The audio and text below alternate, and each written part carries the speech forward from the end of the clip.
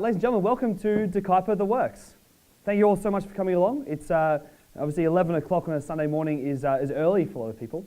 Not for us though. We were here way early for me. It was early for you as well. Should be in church. Oh, it's the sort of church, I isn't thought it? this was church. Right, here we go. Well, again, thank you all so much for coming. It's a pleasure to have you all here. Obviously, a lot of friendly faces, a lot of old friends. My name is Peter Hollins. I'm the Kuyper brand ambassador for Australia. And, oh, go on, man. And along with, of course, Dale DeGroff. Round of applause. We're going to be telling you a few stories today, making you a few drinks, all based around, of course, Kuyper. This is the 4th year that we've run Kuyper The Works. And it's the concept was built around this idea of bringing some of the most notable names in the world to Australia, to travel around and to not only tell their stories, but make you some amazing Kuyper cocktails and show you ways to use and look at these liqueur liquids in new and wonderful cocktails in your venues. The first person we had Kuyper 4 years ago was a guy called Nicholas St. John. He was a globally noted flair bartender. The second year, a few people might recognize this gentleman here called Alex Creteno. Have you met Alex before? Oh, sure. Yeah. Have you? Where was that? Oh, at his bar. His bar, fantastic. He ran a very, very famous bar, won many awards in London, called The Artisan. Last year, we had a gentleman called Jeff Beast Berry. I was lucky enough to see him and to see him again, actually, in New Orleans, probably about a month ago. He's still telling the same stories and is still just as wobbly in person as he is in all his portraits. And this year, of course, we've got King Cocktail himself, Dale DeGroff. So yeah, go again. So when I was putting together this forward for you all, of course we'll get to Dale very, very soon, I sort of wondered why we're all here. Why are we here? Why have we gathered together on this fine Sunday morning to drink some Kuyper cocktails? And I had this idea of storytelling. With the gentleman in the front row, I've just found, I'm sure, and if anyone who had a chance to speak to Dale in the foyer before and will be around afterwards, you'll realize that he loves to tell a great story. And so it's this idea of storytelling that I want you all to engage with and be passionate about and to understand. All the best experiences in bars for cocktails with bartenders is all about storytelling. There's a few bars that I've had the pleasure of working at where it's the best experiences, the best engagement you have with your guests is when you tell them a story. I worked at a bar called 8 and a 6. My old bar manager, Andy Wren's, actually here. Where's Andy gone? Put your hand up, mate. Woo! What a guy. See his hair from here in the spotlight. And you'd tell all the customers would say, "What's with this bar?" And you'd say, "Well, it's actually haunted." And they'd go to the blue and you'd pull down a skeleton on a fly. I had Corin and Kevin here at a bar I worked at called the Gresham in Brisbane. One of the great stories was what the bar used to be. So when I met them in Brisbane a few years ago, and I showed them where the bank manager's office was, and where there was a safe with a little glass floor you could see into it. We kept a lot of spare bottles in there. And so all these great experiences are all around these stories. I'm sure we recognise this drink here. Who's made one of those? No, none of you. Fuck, well, geez, that's a shit story, isn't it? Give up on that one. Just skip next slide. The espresso martini. One of the best stories with that, you have the same customer drinking espresso martinis for many years, but then you tell them how it originated. A famous model walks into Dick Bradsell's bar in London and asks for a drink to wake her up and fuck her up. And of course, the pharmaceutical stimulant was born. And all these experiences around storytelling. And so today we want to make sure that you sort of see not only your bars, yourselves, but also your drinks as a way to tell a story. And a drink has all the different characters in it. It's the main character. There's sometimes the villain if you're doing a bit of a different style of drink. You've got the sour elements, the darker elements. You've got a love interest. And that's what liqueurs are for me, the love interest. It's the love interest. It's the lighter and the brighter flavors. Dale tells a lot of great stories about New York, and it's the Daisy Buchanan of cocktails. Okay. Great Gatsby? Yeah? Yeah, good. And so when you're making these drinks, you want those great, brighter, lighter flavors to be highlighted in your cocktails. I remember one of my absolute, the first classics I learnt was a Clover Club.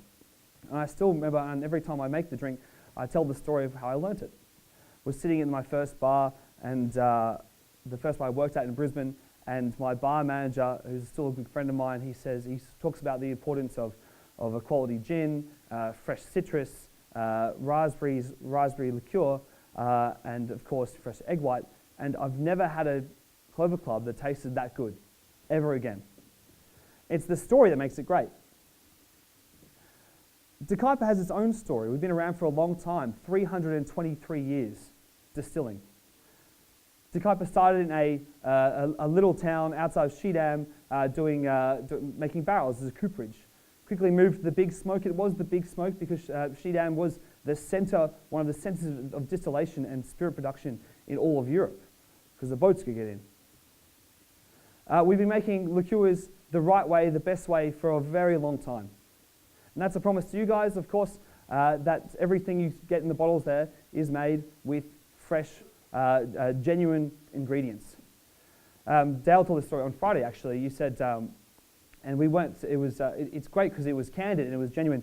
You said a lot about these menus you saw in New York back in the day where they put all this effort into the spirits, these top shelf spirits. But then they'd get the liqueurs, the cordials you'll call them, and they just get the run-of-the-mill, the cheapest you could get cordials. But when you're making great drinks, you've got to make sure every product is, why do you juice citrus fresh? Why don't we use sweet and sour mix anymore? It's because we want to make great drinks. So looking at cordials or liqueurs is so important. When we're making Kuyper, every single ingredient, every single flavour that goes into that is a genuine flavour. So if you're looking at the wild strawberry, there's not a single flavour in that bottle that's not from genuine, true strawberries. And there's no further way to say it. It is genuine flavours put in the bottle to partner up with bartenders like yourselves to make great drinks. Not only do we make it with genuine flavours, but the way we use it is really important. There's no point pulling a shot of coffee fresh to make an espresso martini if you're going to shake it with a little limp arm like this. The way we treat our ingredients is very important as well. So we do this in two ways. So there's percolation and maceration.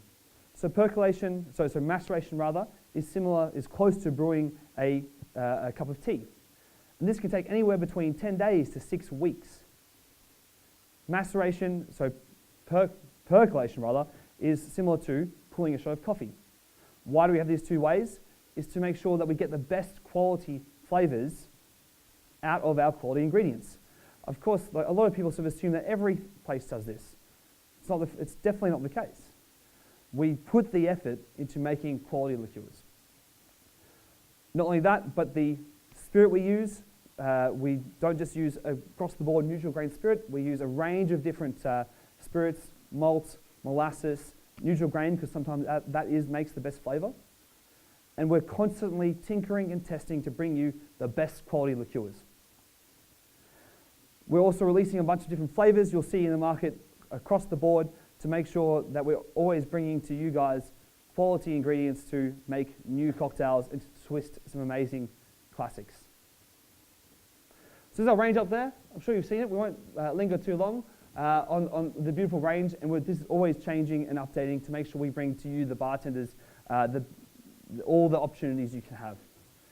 It's something that we are passionate about, making sure that we partner with you, we give you the opportunity to have fantastic ingredients to make great classic cocktails. Now I've spoken enough about of course, the liquid. I want to, of course, introduce the man himself. So I was lucky enough, I'm very, very lucky to have this role with Kuyper. I've been with the company for about 1.5 years. And for me, bartending, you heard a lot of names, and we all read books, and the one name that always came up was DeGroff. And I think this is probably the case for a lot of people in the audience. And it was my pleasure to shake the man's hand on Friday. I'm going to say this about 4 more times, so I hope you're not going to blush too much. But It truly is. It's an honour to have him here. I know we've met a lot of people in Sydney already, and everyone says it. And it truly is an honour to have Dale here to talk to us about both his story, to tell that story, and to make some amazing, and to show you some amazing Kuyper cocktails. I'll be doing the making because Dale made too many cocktails in his life, and he's put it on to me, so that's fine. So Dale'll be doing the talking, I'll be doing the making. We're going to be going for about another hour and a half, so please, if you do need to pop to the loo, by all means. But it'd be my pleasure to hand over to Dale DeGroff to tell you some amazing stories and make you some amazing drinks. Thank you very much. Okay. You can skip 2 there. Yeah. Well, this year, 2 years ago, one of the Kuyper family members who still works for the company came up with a couple of slogans, if you will, or phrases to his vision of where they wanted to go with the company. And one of them was they wanted to own the cocktail, and the other one was home of the cocktail, Kuyper. And Mark DeWitt, the CEO of Kuyper, bought into that, and they did a new redesign on the bottles, and they went with this theme of owning the cocktail and the home of the cocktail. So I got to thinking about it, and I wanted to look back and see just exactly what role liqueurs played in the cocktail historically. So I started with the father of the bartending profession, Jerry Thomas, 1862 volume of How to Mix Drinks, or The Bon Vivant's Companion, what a wonderful title. And in that particular book, he had 36 drinks that were based on cordials, and he had only 6 branded cordials in the whole book. But if you remember, that book had a second half to it, which was a manufacturing guide. And in the manufacturing guide, it had 150 recipes for different in-house made cordials, telling us, of course, that there just weren't very many commercial options around in the beginning of the cocktail era, you know. So then I went to Harry Johnson's 1888 volume. Harry Johnson had 78 drinks that included cordials, and he had 54 branded cordials listed in the book. And then I went on to Harry Craddock, the post-Prohibition 1934 Savoy cocktail book, and he had 401 drinks that were modified with cordials. With liqueurs. I'm sorry, I shouldn't say cordials because it's a different meaning in England and in Australia. Liqueurs. So I thought, well, the vision is based on historical fact. In fact, the evolution and the explosion of the cocktail between the beginning and the golden age, and then on into the 20th century, really was wrapped up a lot in the modifiers that were provided by the guys who made the liqueurs. I'm sorry to say that the liqueurs that are made in the United States are run-of-the-mill pretty bad, because they're all just flavored, sugared water, and we didn't figure out how to do that. You guys, the Dutch and the French really figured this stuff out long before us, and they do it really, really well. Which goes to the point of, why would you want to buy LaRue cordial? And by the way, the French, you're sounding the name, the worse the liqueurs were. LaRue was like $7. Call them out, Dale. Tell them. Yeah, why would you want to do that? You know, why would you want to put wonderful spirits in and then flavor them with essentially artificial flavors? The Blackbird Julep. We're not going to make it, right? We're going to just talk about it. You've had one already. Yeah, you had one already. So this, the Blackbird Julep really was a tribute to the Golden Age, when Thomas would, as you remember, top every single one of his drinks with seasonal berries or seasonal fruit, and then a spoon along with it, so you could enjoy the fruit as well. And it was kind of a tribute to that, but it's also a tribute to Dick Bradsel's. You can tell Dick Bradsel's Bramble, and it was an opportunity for me to use a garnish that I stole from the kitchen at the Rain Room when we had dishes with tradition and we had drinks with tradition. That was the whole idea. And the dishes with tradition were baked Alaska, Tornadoes Orsini, lobster thermidor. But the baked Alaska, which would come into the dining room flaming, all the meringue on fire with brandy, it was just lovely. And then they would cut it in pieces, and they would put this incredible berry mix, which was blueberries that had been sugared, because the sugar is hydroponic, it sucks the juice out of the berries, and then brandied, and then a little triple sec. And that would be spooned over the top, and it was just marvelous. And I tasted it. I'd go to the kitchen to eat it. It was, at the Garde station. And I said, I got to get this into a drink. And so that's the drink that I put it on top. And there would be a big pile of berries on top and a spoon to eat it with. I met Dick, by the way, in 1997, Bratzel, that is, at an Absolute Vodka event. Absolute Vodka used to have one market, America, and then they hired this guy named John Beach to sell it in the UK. And John did a lot of really creative things, and one of those things was was a competition at Oliver Payton's Atlantic Bar and Grill, which was like sort of ground zero for the beginning of the cocktail craft revolution in London. And Salvatore Calabrese was a judge, Peter Dorelli was a judge, Dick was a judge, even Michael Jackson, the beer hunter, was a judge, and it was really a great event. Dick's Bar was there, eponymously named, and he was famous at that point as the godfather of sort of the whole scene in London. And I wanted to do a tribute to that. That was the first time I flamed orange peels. We served the Cosmopolitan because it was based on Absolute Citron then. And it caused a bit of a stir, but you know what? That show business thing really, and by the way, here's the recipe if you want to take a look at it. It was very much in the line of Dick's drink. I added a little water to it because I wanted it to be kind of punchy. I didn't want it to be too strong. So the American ice drink that we call a cocktail, aptly called a cocktail. By the way, I wanted to pass this around because it's called the American ice drink. It's Farrow and Straus, which was an equipment company in the 19th century and early 20th century that sold bar equipment. And they thought they'd make their catalog a little bit more interesting by putting recipes in it. And if you look on page 31, you'll see the Imperial Shaker that Jason Crawley recreated. And I talk about it I did the foreword to this particular one because it was republished by Mud Puddle Books. Let me pass it around and you can take a look at it and look at some of the old machinery because we're going to be talking about it a little bit later too as we get to that part of the story. Anyway, there was a big show business thing from the beginning. I mean, look at this.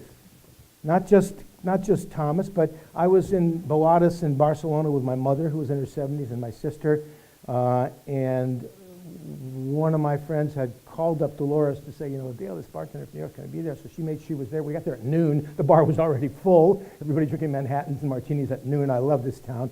And yeah, and she did that for us. She did the long pour. Joaquin Seymour, a wonderful bartender in New York City, calls his bar pouring ribbons, you know, appropriately. So there has always been a show. And Thomas had two white rats that used to crawl from one shoulder to the other over the top of his head when he was behind the bar. So this was all about show business, what we do from the very, very beginning. I even got into. By the way, her daddy was trained at the Floridita Bar in Havana by Constante, the famous Constante, and then went in the 30s and opened Boadas in Barcelona. So the story of the cocktail, this roller coaster ride the cocktail had from the first definition in 1806 to the golden age of the 1880s to the disasters of the 20th century, and we'll get into that a little bit, and then the craft revival that we are enjoying today. It's, the platinum age? What are we going to call it? I don't know. We're going to come up with a good name for it. I'm sure the journals will take care of that. So I was sitting ringside for a lot of the beginning of this thing. I went to New York City in 1969, just in time to see some serious changes. The jazz era making way for the rock era. The culinary revolution was beginning, was percolating at least, you know, and I don't think, by the way, that there would be a craft cocktail revolution if it hadn't been for the culinary revolution. There's my first home, the YMCA, and it looks pretty impressive over there, doesn't it? Well, it wasn't. I had a room, and every time I left it, I had to take my backpack and my guitar with me and all my belongings because you couldn't leave anything in your room. So every time I went to work, I'd walk across the street to Penn Station, put them in a locker, pick them up on the way home. But what a pain in the butt that was. And then this was my first job in the business. I walked by Howard Johnson's. Howard Johnson's was like a chain in the 50s. It was on all the highways that Eisenhower had just built, all these super highways, and they were pretty famous. And this was their flagship, of course, as you can see from the burlesque upstairs, that the flagship was slowly sinking by the time I got there. And I got a job because I walked by and it said dishwasher wanted. So I went in and I said, I hear you're hiring. And they said, there's the manager. And the manager said, we're not hiring. And I said, well, it says dishwasher wanted. He said, yeah, but you speak English. I didn't get it. I was still a babe, you know what I mean? And he said, and I said, does that mean I can't get the job because I speak English? He said, no, you stupid. You can have the job if you want it, Mom. You know, he couldn't believe me. So I took the job. But anyway, to fast forward several years, I don't know if the name Jacques Pepin has the same effect in this country as it does in, but he's a TV chef. He's a Frenchman, and one of the first celebrity chefs in the United States anyway. He used to work on he had a show, and he also was on Julia Child's show, another famous name. Anyway, Jacques Pepin had been Charles de Gaulle's chef before he came to America, and I ran into his daughter once, who I knew pretty well when I was working at the Rainbow Room. She said, "Come and meet my dad. You ever met my dad? Because he's doing book signing tonight." And I said, "I'd love to meet your dad." So I went up there, and she said, "Dad," and we finally got a break in the action. And she said, "Dad, this is Dale DeGroff. He works with Joe Baum. He's the famous Rainbow Room, the cocktail." "Oh, he's a cocktail guy." "I know, you're a very famous man." I said, "Well, and I started at Howard Johnson's at Terry Jones." I too started at Howard Johnson's." I said, "Really? Really, Jacques?" He said, "Yes, when they make the hotel chain, they bring me to come in this place in Times Square." I said, "Oh my God, you worked in Times Square? So did I." He said, "Well, I invented the dishes for the hotel chain, the clam fried and all the thing they have so famous, I said, "My God, Jacques, we were colleagues. You were inventing them and I was washing them." You got a little bit of a kick out of that one. Anyway, moving along to the story here. I don't want to start too early, so let's start with the dawn of civilization, okay? But when we finally settled in towns and started growing wheat and grain and whatever, and find out that you could do something more than make bread with it, really alcoholic beverage has been a significant part of the human experience ever since then. Mead and beer and wine, and eventually distilled spirits, which did need the human hand. The other ones almost didn't. They were a natural fermentation process that occurs in nature. So this is a bar in Pompeii. I mean, you could see where they had the flavored wines, the urns, and I'm sure that people on the way from a centurion coming back from the bottle, they're having a wine and chatting up with his mates. So this is not a new thing we're doing here. This is thousands of years old. So let's jump ahead a few millennium, about a millennium and a half, as a matter of fact, to 1626, when the Dutch arrived in actually 1624, they arrived in New Amsterdam, which is New York today, obviously.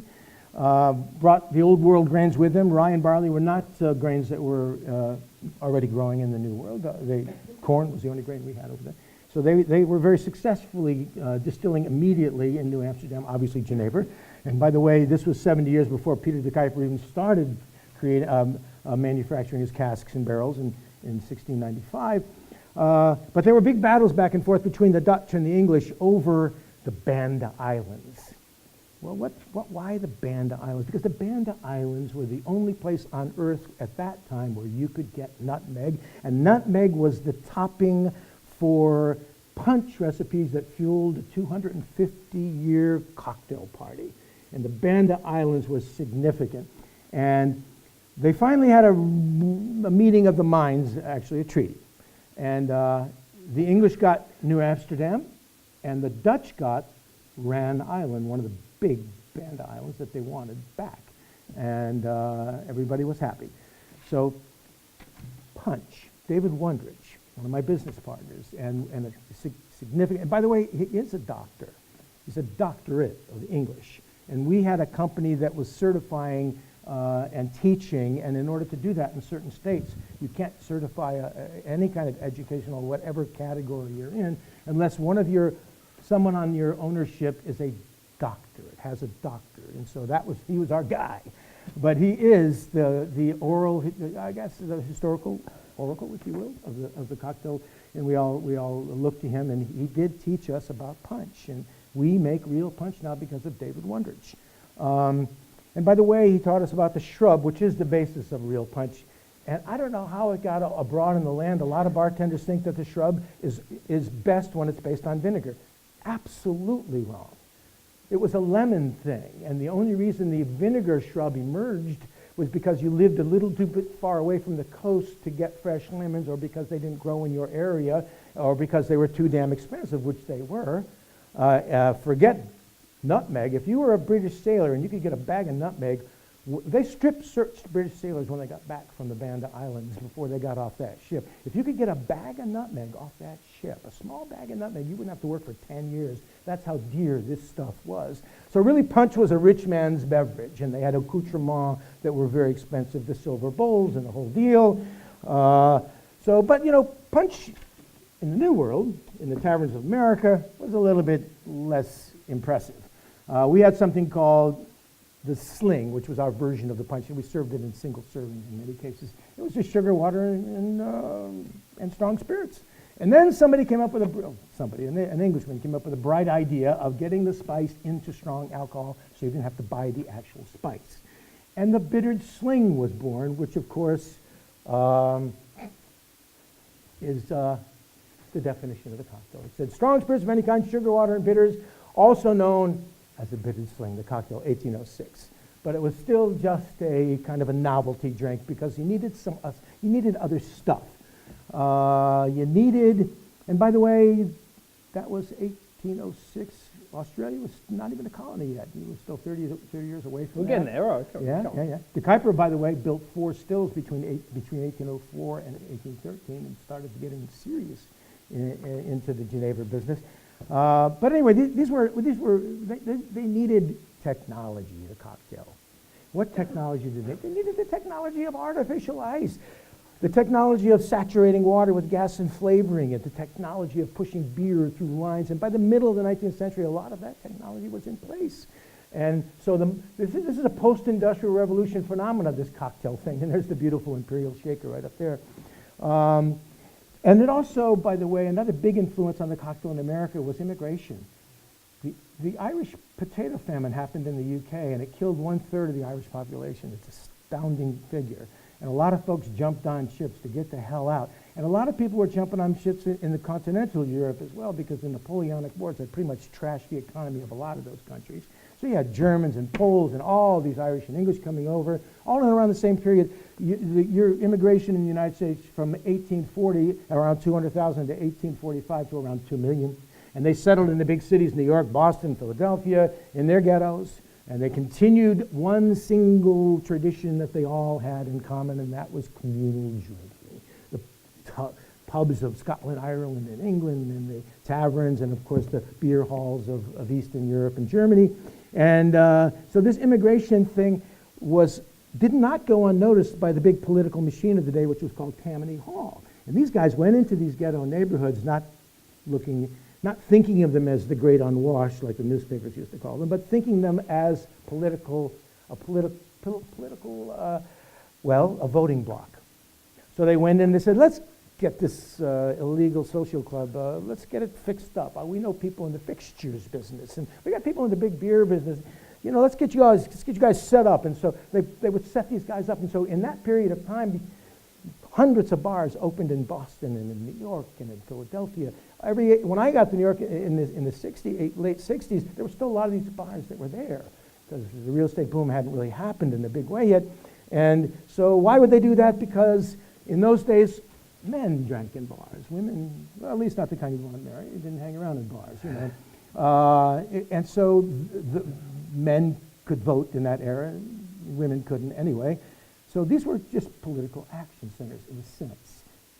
Vote Tammany, we could, pour the right beers, and of course all the neighborhood guys, they'd go in, they'd say to the bar owner, my son needs a job, so if you want to work for the sanitation department, the police department, any of those municipal opportunities, you went to your local saloon.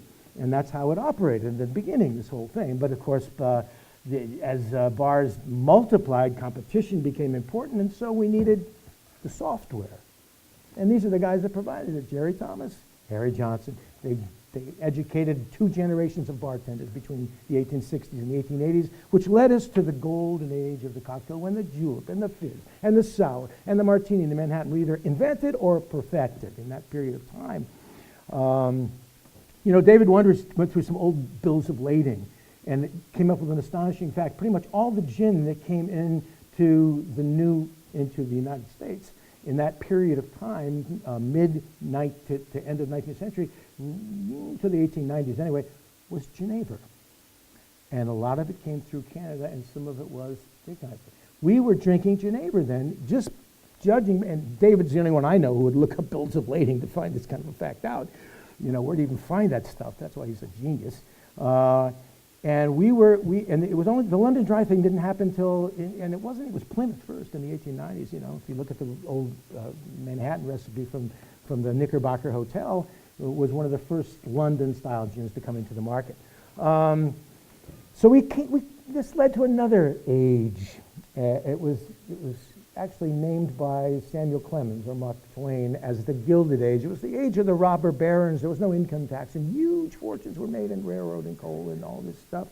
And you know, these gentlemen and their friends were welcomed to these cocktail palaces like the Hoffman House in New York City, or the Knickerbocker, or the St. Louis Planters House in Washington, D.C. It's still there today, the Round Robin Bar at the Willard Hotel, where Abraham Lincoln walked across the lawn from the White House to have a drink.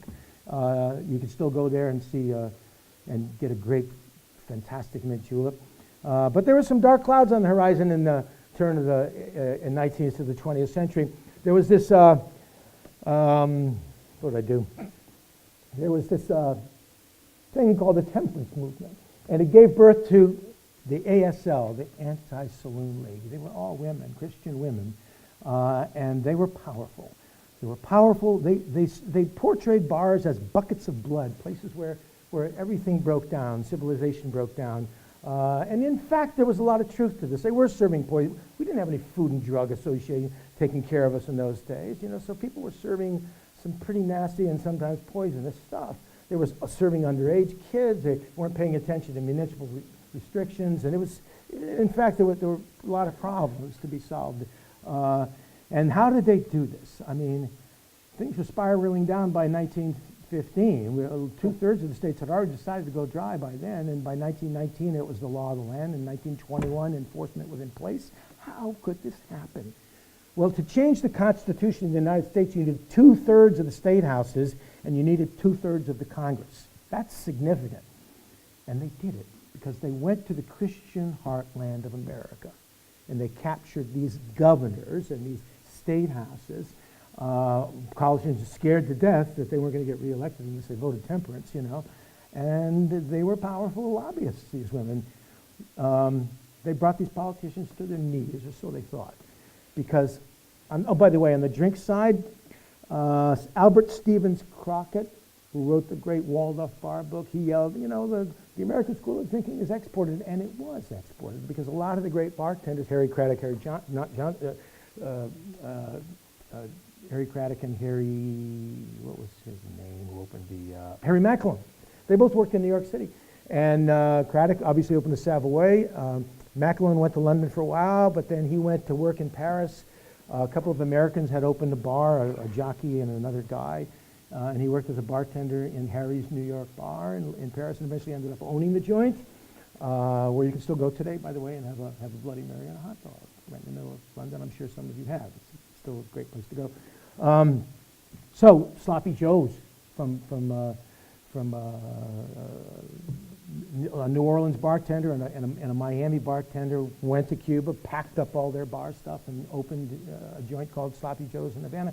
Havana, the town that became really the home of the great bartenders of the early 20th century, the Cantoneros. Prohibition, how did it work? Well, it didn't. It was a huge, huge mistake. Never in the history of the United States did so many people with abandon, common, ordinary people, break the law in such numbers. People thought their right had been stolen from them. Politicians were getting rich. Cops were getting rich. Everybody was getting rich because everybody was on the take. It was an awful, awful mistake. We got organized crime out of prohibition in the United States. You know, the way it worked, by the way, and you can see this in New York, if some old saloons that are still around, what they did is they cut a trap door behind the bar, and down there they had the dog in the basement. The dog was just a guy with a billy club sitting on a case of mixed gin, brandy, and gin, brandy, and whiskey, which were the things that most cartels were based on in the 19th century. And if a revenue agent did happen to come in, they would have pictures of this stuff, and they'd drop it on the trap door, one of the pictures, and he'd just break all the bottles. So what was that? Why would that? Because the way to prosecute was you had to have a closed container of alcohol. It was the stupidest thing ever. You know, they guaranteed that you couldn't be prosecuted almost.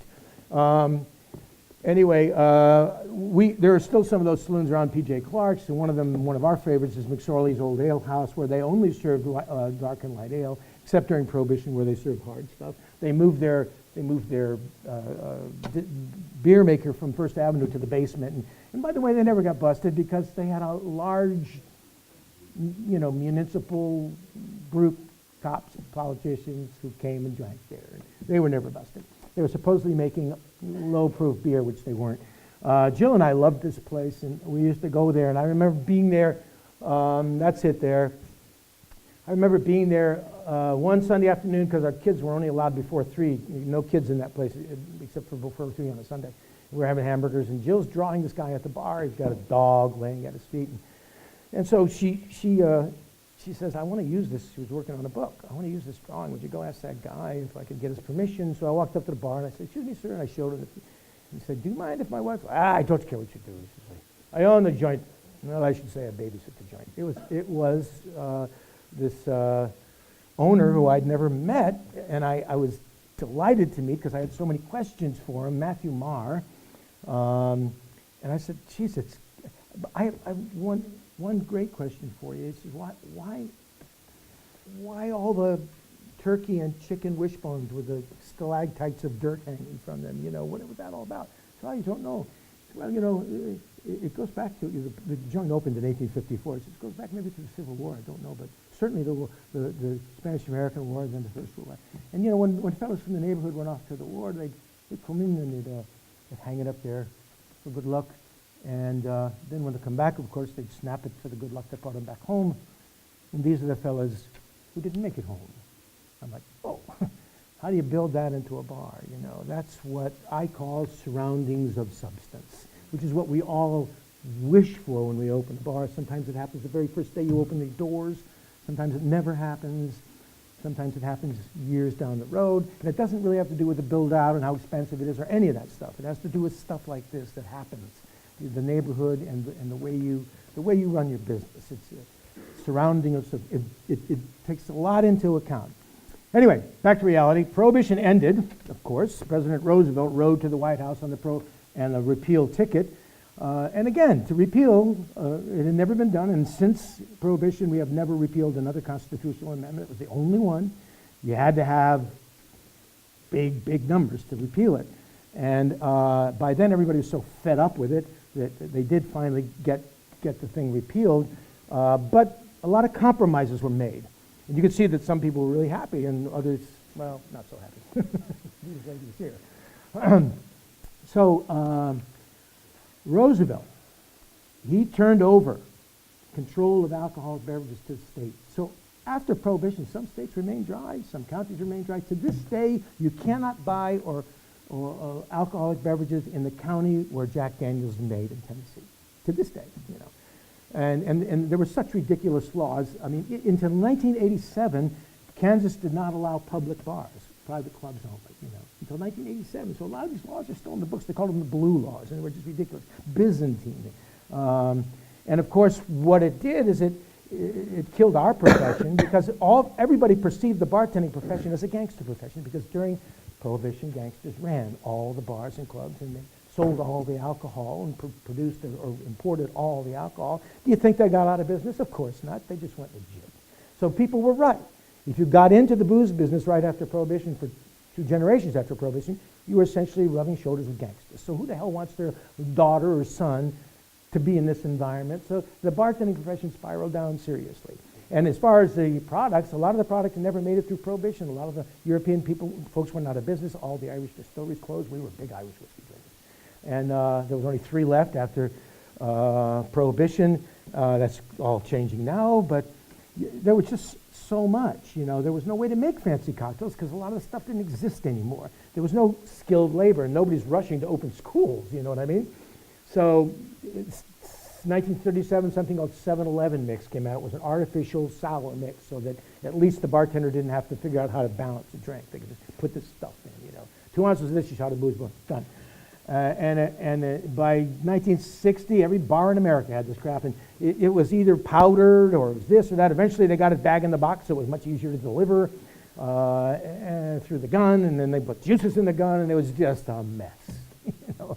And this is what I walked into in 1969 when I went to New York. By the way, we got a drink. Oof. Did you guys get the drink in? They got the drink. They got the drink. The Blue Florida, which is one of the gifts we got during Prohibition from France. It was a Frenchman and a French seaside resort where this drink came from, the Blue Florida, which we just tinkered with a little bit. We put a little acid You want to talk into about the it. recipe? Yeah. Yeah. We put a little acid into 15 mils of blue curacao, 15 mils of triple sec. We're about to free pour this. And then, The one thing you don't have, of course, is a jigger. Oh, that's fine. yeah, How's my free pour, guys? 15 mils? half ounce, 15 mils. What? Thank you very much. That Yeah. looks like a half ounce to me. I bet you if we measured it would be. I reckon it would be, actually. Uh, and 15 of the triple sec, and 22 of the gin. You got the gin over there? Oh. That's pretty good, actually, I reckon. You got one over there? Gin's in here, yeah. 22. 22. And 22. This was quite, 22. All right, tell me if we're going too far, all right? this was kind of my You ready? deal. Right, go ahead. We're really back in New York. You know, That's it's- 3/4 of an ounce. Is that right? Oh, That's close. That's close. yeah, 2.5. Send him back. So I sort of went toward the Vesper direction with this and changed the drink a little bit and added vodka to it as well. 22.5 again. 22. And then we thought it tasted like it needed some acid, but I didn't want to put like real juice in there because it would change the color, and I liked the way it looked. So we used Dave Arnold's book and went for the lime acid. Somebody did it in the competition today. Lime acid. And the lime acid is just a couple of grams of malic and a couple of grams of citrus acid, and then about 3.5 ounces of water. Mix it all together, and you use it like it's got the same acidity as lemon juice or lime juice. So And you use so it the same way. Today we 15 tasted mils. it and we said a little bit of sugar as well. So we put 5 mils of sugar. This Thank you way- very much. Yeah. And I can't shake because both my shoulders are shot. I don't even have a rotator cuff on this side. I can't even do that anymore. So you're going to do that for me. Thank you very much. That's me. So, onward and upward while he's doing that. The 20th century started kind of with an easy calm, but we all know what happened. The First World War happened, and that was just the beginning. Yay! Thanks. That was just the beginning. Oh. How'd that go? Not well. I should have shaken it, I guess. I'm only kidding. Anyway, I do this thing where I make the seal and I go like that and I pick it up, the magic seal. I did that one time in front of 200 bartenders. I went like that and went.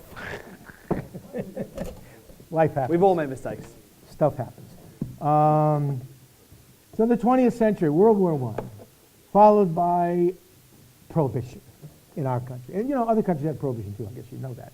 Followed by the worst economic downturn in the history of mankind.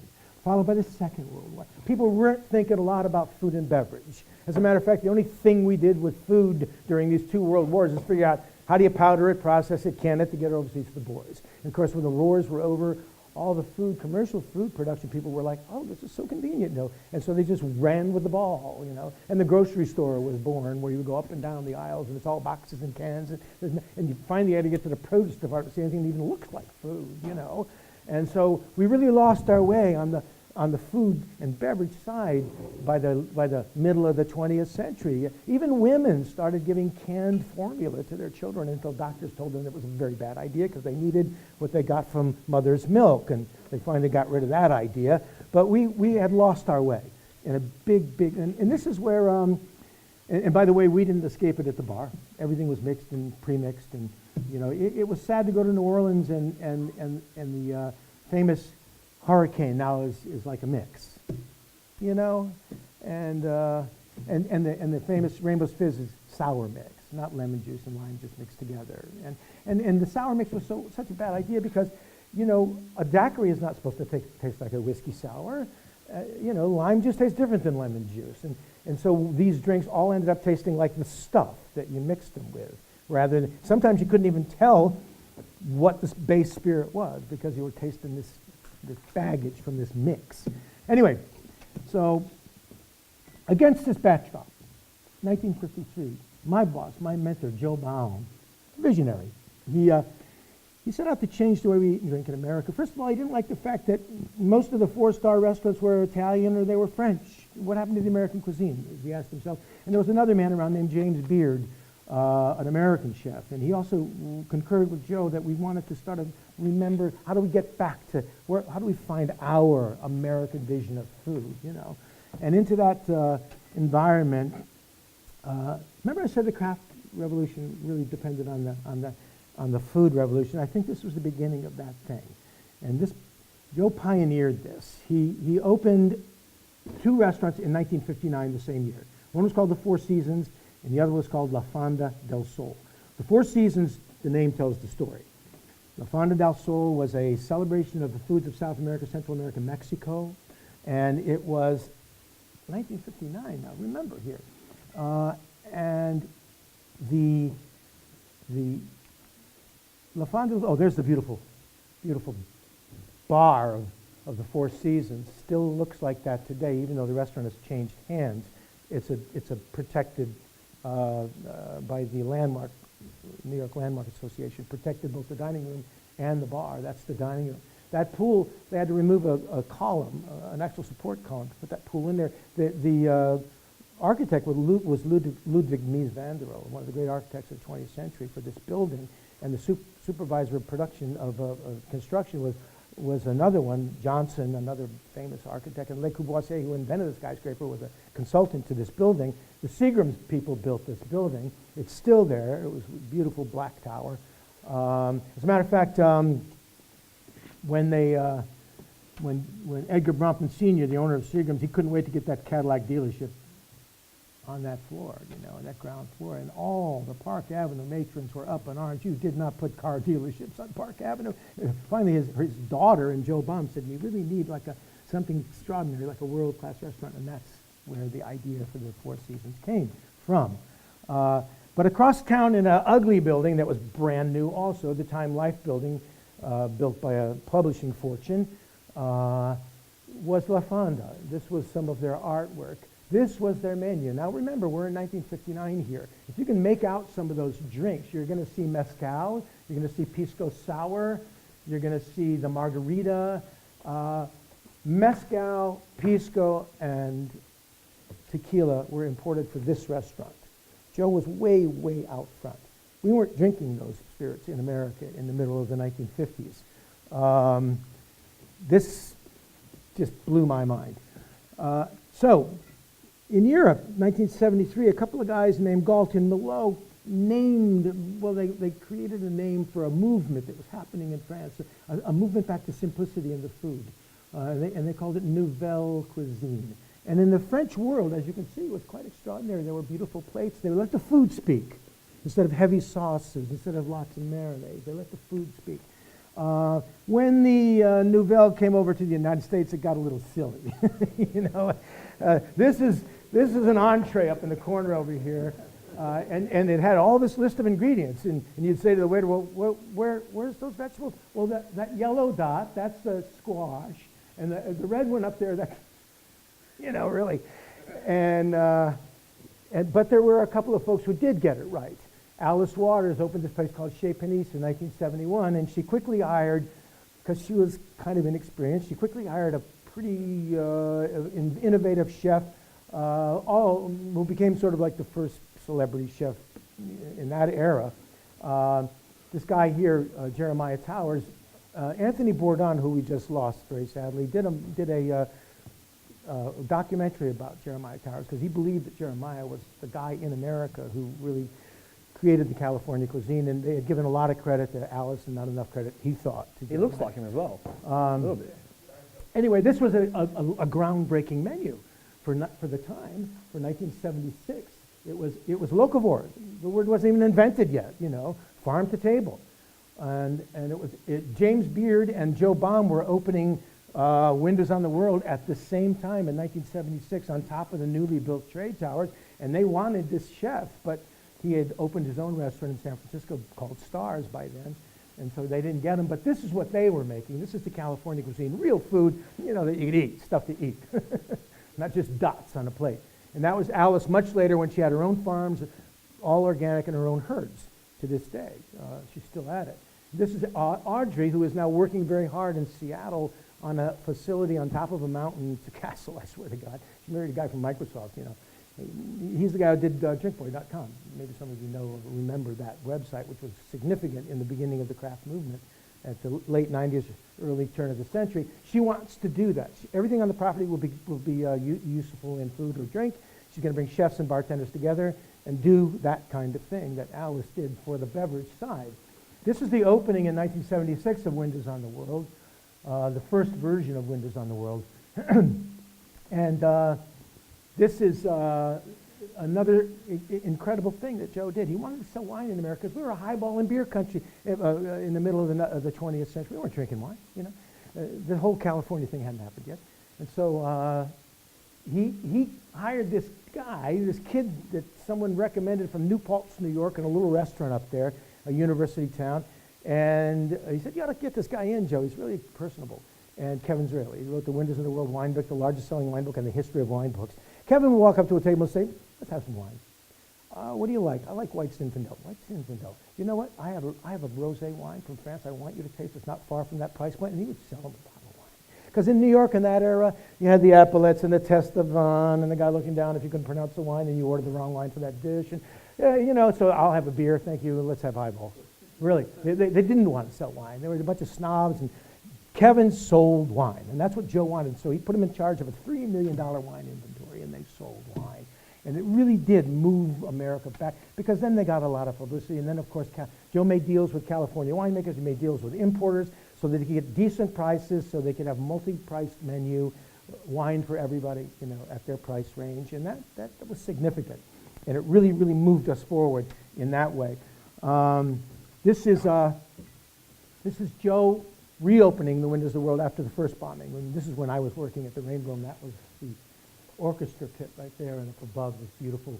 And we did run we ran the two tallest restaurants in the world from 1987 until the end. This is where I first met Joe. It was a small fine dining restaurant. I got the head bartending job, and he asked me to do a menu like the golden age of the cocktail. He said, I want the classic menu, the classic drinks. No variations on that. You wanted the classics, you know. And I want you to figure out how to do that for me, you know. And I was the sour mix kind of bartender at the time. And I said, you know, Joe, maybe we should get a couple of bottles of sour mix. It gets really busy at the bar. Man. Really, you think so, huh? You think they had sour mix in the 1880s? I said, probably not, Joe. Well, you know, if you can't figure this one out, I can find somebody. Go, oh, no, I got it, Joe, don't worry. Well, I didn't have it. It took me a long time to get it, but it was a wine house. We had a starred Michelin chef, and I'm thinking, what the hell? You know, the starred Michelin chef was selling wine like crazy. We got a big copper thing with champagne bottles in it. Nobody's drinking my cocktails, really. Some folks did, because we did make some interesting cocktails finally. We only had 3 bartenders to train, and then one day Benny Goodman is sitting at my bar. And I went up to the wine master. I said, what the hell is Benny Goodman doing at my bar? Well, it's the Rainbow Room thing. What's the Rainbow Room thing? Rockefeller Center on top. There, Joe's been working on it for a year and a half. Where you been? I said, these guys nobody tells me anything. I wanted the gig. So I went to Joe and I said, I've heard about the Rainbow Room thing. You're doing the dishes with tradition. And what if we were to do a menu of drinks from supper clubs in the shadow of this great RCA building? It was called back then. It was where radio was invented, essentially. And it was called GE building today. And Joe said, I've done it. Of course, he had done everything already. I showed him the menu, you know. And show me a menu, he said. So I showed him a menu, and then he looked at it. He said, I like the menu. He tasted something. I like it, but I can't hire you unless Alan likes you. Alan was the guy who was in the picture of the Windows on the World, and Alan was going to run the Rainbow Room. And Alan had been with Joe for 45 years. Alan doesn't like you. I can't hire you. So I went to meet Alan. Go downtown to the offices in the Flatiron District, and Alan's pretty elderly at that point. Turned out he was sick, and we didn't know it. His feet up, cardigan sweater. Hey, kid, what do you need to live on? That's when I walk in the door. I haven't even sat down yet. What do you need to live on? So I threw a figure out. Of course, you know, asshole. That's all I could think in my mind, you know, too low, what did you do? And I'm talking, he's talking. Then I'm on the street, and I said, this is too important to me. I can't leave it like this. So I get in a phone booth. We had phone booths. You could go in and shut the door in those days. I called him right back, really. I called him right back, and I said, Mr. Lewis, I got to tell you, you caught me by surprise, and that figure, you asshole, you're going to make 3 times that. Oh, click. Where are those bosses? They'd never make it through the HR department, believe me. Not bosses like Alan. So here we are. I put the menu together, and I stole from the Stork Club. I stole from all these great places. What have I done? I've lost it. That's good luck, actually. So. Maybe I punched it. Well, we lost it. I don't want to lose it because we have some really good stuff coming up. Oh no, wait a minute. Maybe it's just yeah. There we go. Thank you. It is a church. Here's the altar. Here's the spirits. So I got the gig. You know, that was my bar. It was a beautiful bar. And the Empire State Building over my shoulder there. You know, these menus, do I have the menus? Oh, they're coming up. These menus, this was, by the way, started doing cocktail dinners in 1992 as a lark.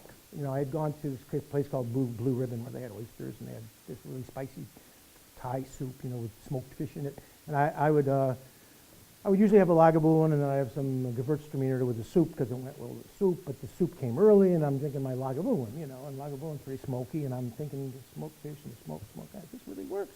So I went back to the chef. I said, why don't we do a dinner with cocktails instead of wine? And that's how it started. And we did that. We did one every year after that. That was 95. Yeah, sorry. So then, by the way, we got a drink. Did they get that? Did you get this drink? It's coming. It's coming up? Okay. We'll make it. The Derb, yeah, why wouldn't we make it? So this idea of muddling stuff, it goes back to my finding the 1862 copy of Jerry Thomas, and I looked at the Whiskey Cobbler.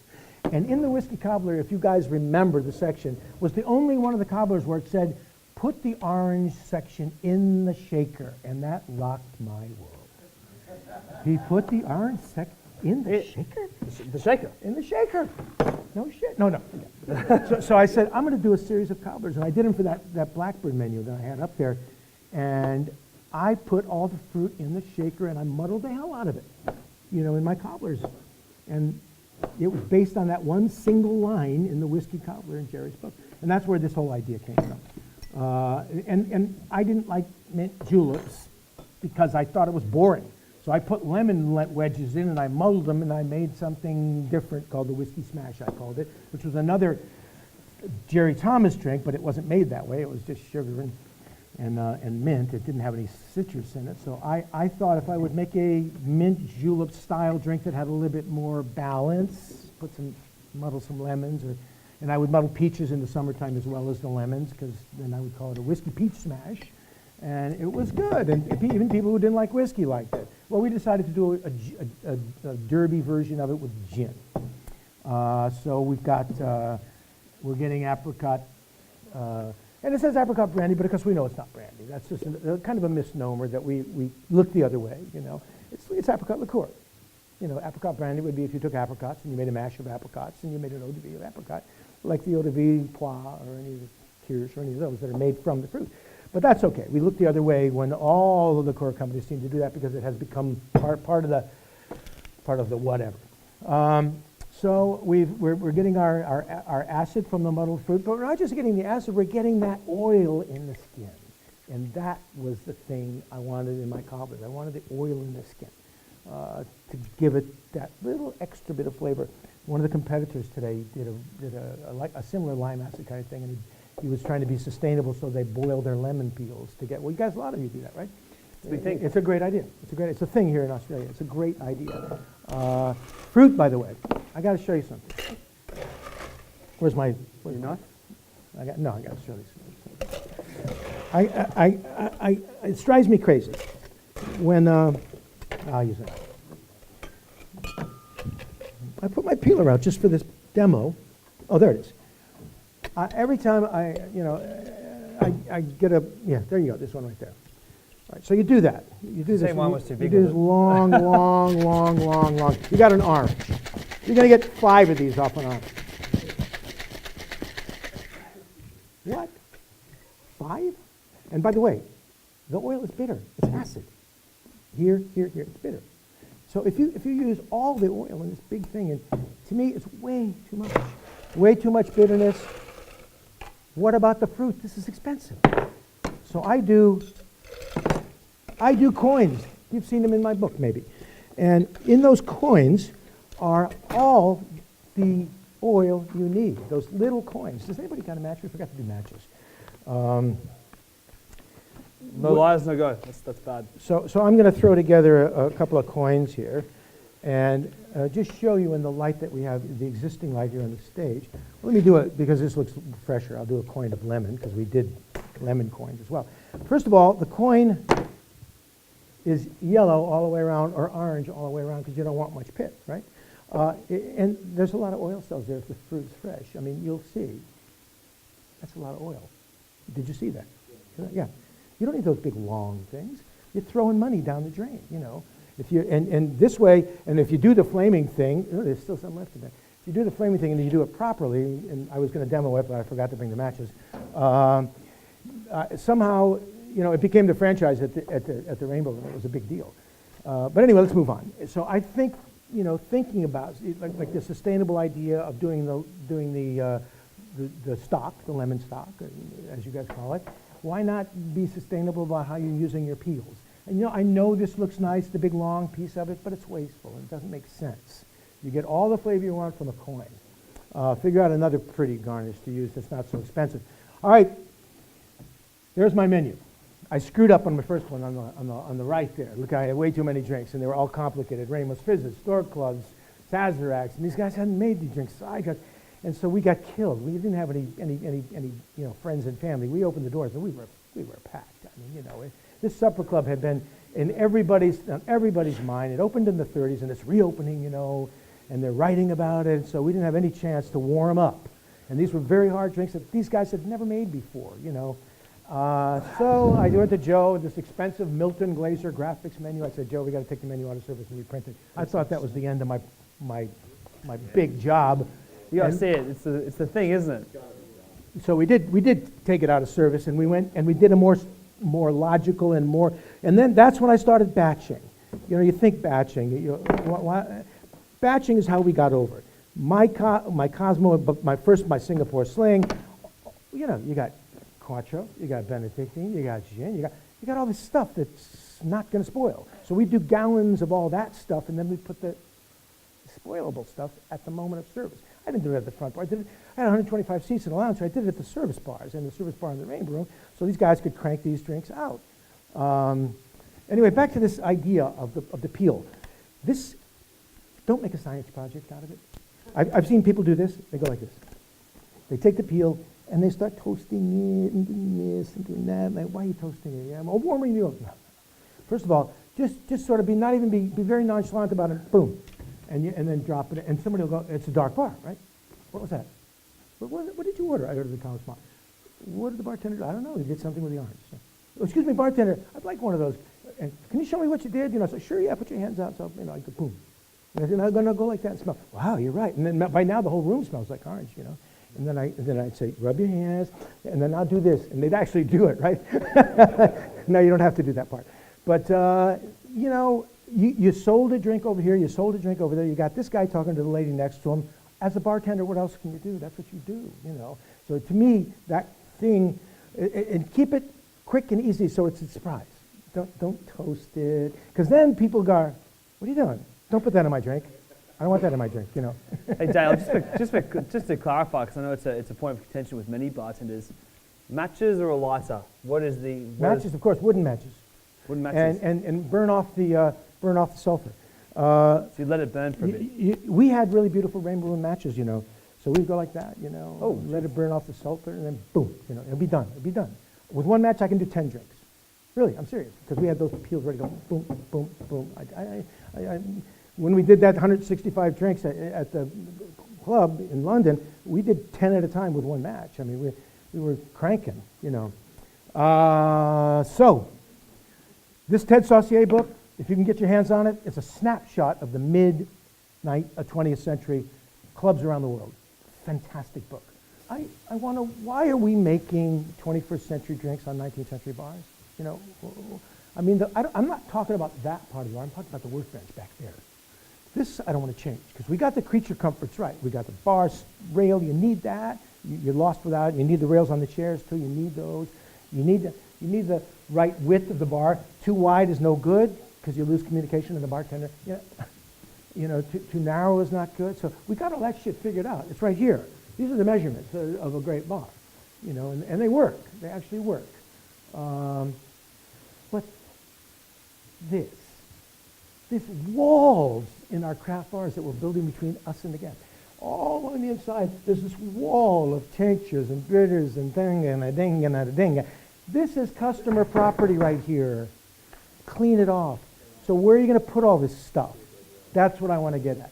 See, look at these walls. it's like Death and Co. or someplace like that. I can't remember. It's like the Peekaboo bartender. The tweezer bartender who's back here. What is that? There's no communication there. So this is an open bar. Look how pretty that bar is. It's wide open and it's beautiful. It's bent mahogany.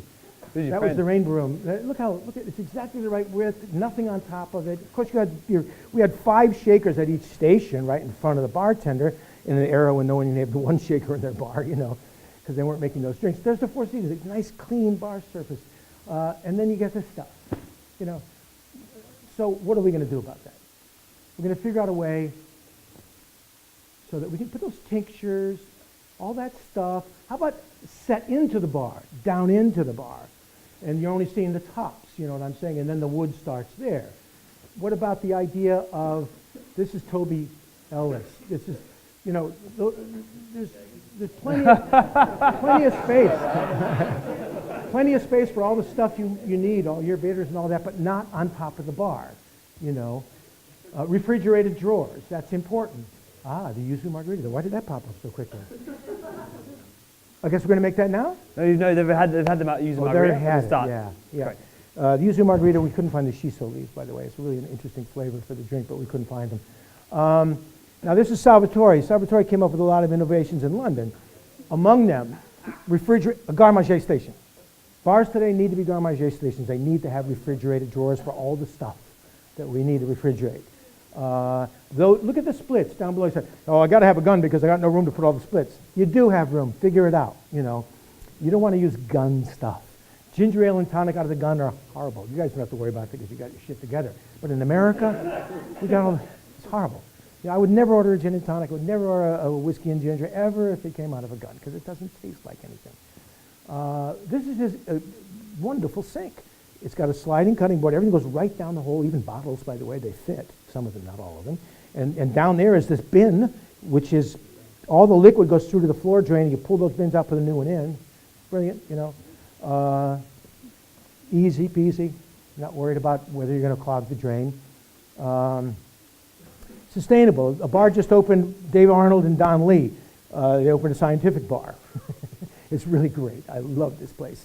I've been there a couple of times now, and I'm in love with it. It's all molecular. Dave Arnold is a food scientist. His book is out. Did we ever remember the name of Dave's book? Anybody remember? Yeah. Liquid Intelligence. Yeah, Liquid Intelligence. Brilliant book. Extra prize to whoever said that. Thank you very much. They've got a laser cutter in the basement. They're cutting out the cardboard boxes that their shit is delivered in to make their coasters. How cool is that? All that stuff not going to waste because they're making their coasters from it. They figured out how to make the Kleinbeck. There's a guy named Cameron Bogue up in Toronto who's got a company called Bar One. He figured out the Kleinbeck machine and how to make a small one that could go in a bar. The Kleinbeck machine goes from here to here, and it makes those big blocks of ice. You have to have a thing, a winch to pull them out, and they're so heavy. Well, he's doing this is in Don Lee and David's bar, which is called Existing Conditions. Terrible name, but what the hell? 1, 2, 3, 4. And this is their frozen batch cocktails. There's their blocks of ice in the freezer. There's their cocktails right there. And they have CO2 to all the stations, so they just clip it on top of that. There's their highball, Brilliant, And this is their soda machines.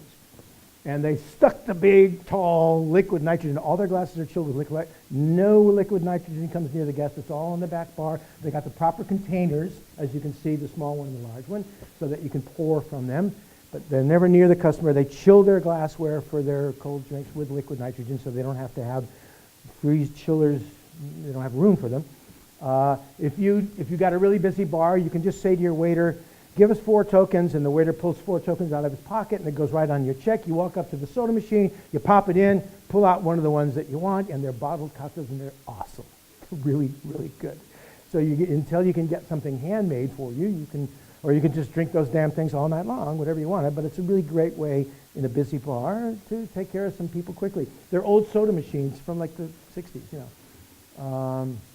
Brilliant idea. Pedals, for the sinks. I'm sure you guys have seen them. Smart. Just you're not wasting water. The worst thing everybody leaves their water running at the bar all the time, constantly running water. It drives me crazy.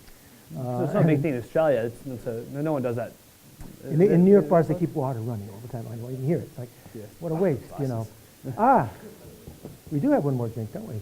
They're going to receive that one at the end. At the end. Oh, we'll take some time on it, though. That's a little premature. Let's go past it. Anyway, that's the end of my short? I don't think so. My production here. Not quite the end. I mean, there's a little bit more. There's a little bit more toward the end. So I want to sort of end with the way we began, stories. We really are oral historians, guys. That's, and more than that, people come to us for scores, weather, where can I go dancing what time do you guys close? Where can I go after you close? All this stuff, whatever, You need to have all that information too, And you need to be a lot of things to a lot of different people. So I want to end with two stories from the Hotel Bel Air, an extraordinary property that I worked at and lucky to work at from 78 to 84 before I went to work for Joe. It was a beautiful, one of the top 10 hotels in the world at the time. I can't believe I got this job, but I did. I walked in off the street. Big red-faced Jim Kitchens behind the bar. He was the executive bartender. He never tended bar. They had fired the day guy, and there he was, looking like a substitute teacher, believe me. And I walked in at exactly the right moment. And this was before HR departments, when they would have sent me to Westwood, to go to the office and all that stuff. So he says, where does he work? I said, Charlie O's. It was a Joe Bomb restaurant in New York he had heard of. He said, Charlie O's, come by, pour me a shot. He wanted to see if I'd ever pour a shot. And make me a sidecar. No problem. It's from the gun. Easy peasy. Come back tomorrow, black pants, white shirt. We'll give you a few days. And then he told me how he wanted the bottles polished. All this section, and no up on top. Monday, Tuesday, Wednesday. Got it. He could see that. I looked at the back bar that next morning, realizing that a good third, maybe more, of that stuff I'd never seen before. I worked in an Irish bar, it was 1978. And I was trying to be an actor. And so, it's pretty quiet during the day, and I'm like sitting, reading away. Well, he knew what he was doing, he knew that I was wet behind the ears, and I would learn about it that way. Well, there wasn't much business during the day, and one day an elderly couple came in, and they sat at the one table I couldn't see from the bar. The room went like that, Right in the center of the room was a baby grand piano, and there was a guy who had played with Benny Goodman, the piano player, in the early days of Las Vegas. His name was Bud Herman. So Bud had called the front desk that day to say that the Steinway's lock was broken, and would I please make sure nobody played the piano. So I served this couple, their lunch, and they didn't want to sit out under the bougainvillea like everybody else. They wanted to be inside. And then I lost track of them, and I'm butzing around with my polishing, and then I see the guy's butt hits the stool, and he threw this up the piano, and I ran over and I said, excuse me, sir. I'm sure you play beautifully. And by the way, if you'd like to play Mr. Herman, the piano player in the evening, would love to have you sit in. He invites people up all the time, but during the day he would prefer, because as you can see, the lock is broken. He would prefer that nobody play. Oh, well, that's quite all right. And he goes back to the table.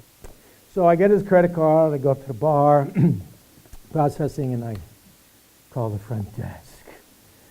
And I said, could you please tell me that the Vladimir Horowitz who's sitting in my bar is not the 20th century piano genius Vladimir Horowitz? They said, yes, Mr. Horowitz has a concert. And I'm like, oh, Mr. Horowitz, please play the piano. I went back to the table. I said, I'm really sorry, sir. You can play the piano if you would like. No. I travel with my piano. I completely understand. So I'm the only person that told Vladimir Horowitz not to play the piano and missed out on a personal one-on-one concert. Okay, I get the night shift, eventually, the money shift. And Bud and I become really good friends. As a matter of fact, when he died, I left the job. And he would come up, people would buy him 7-star attacks, and he'd line them up on the piano. And he'd bring a couple of them up at the end of the night, and he mixed them with soda. That's how he drank it. So he's up there. Apparently, this other guy named Bud, who was a resident in the hotel, a really rich Oklahoma oil guy named Bud Thies, who would a lot of times sit all night in the bar, even after we closed. The place was in the middle of nowhere, and it was pretty exclusive. You couldn't get a room there unless you'd stayed there before. And it had been, Howard Hughes took half of the rooms from 1946 when they opened the place for guests of his. So it was that kind of a place. And so anyway, Thies was a resident, and he, Bud really owned the room, and he would introduce everybody. And Thies was sitting over there, and there's another guy over here. And he called Thies over and said, I want you to meet Joe. Come here. You guys need to know each other. You're in the same business. And they sat down. Flash forward 2 years.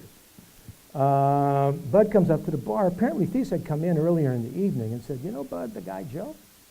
Joe and I made a bucket of money together. I never even thanked you. And he pulled out, he leaned over and pulled the tuxedo jacket and slipped the white envelope in there. So Thies comes up to the bar with his 2 shots of 7-Star Metaxa, pours himself a drink. He goes, let me see what Thies came up with, So he takes it out and he unfolds it and threw it across the bar. It's the deed to a 36-unit luxury apartment condominium or apartment building right next to the Hollywood Bowl, really classy neighborhood. And Bud's wife and daughter still live there and run the place. That's a tip. That's a significant tip. Okay. Those are both true stories. I was there for one of them. Tell the stories, make them your own, you know what I mean? All right, that's the end of my part of this event. Do you want to finish up? I do. Guys, big round of applause, of course, for DeGroff.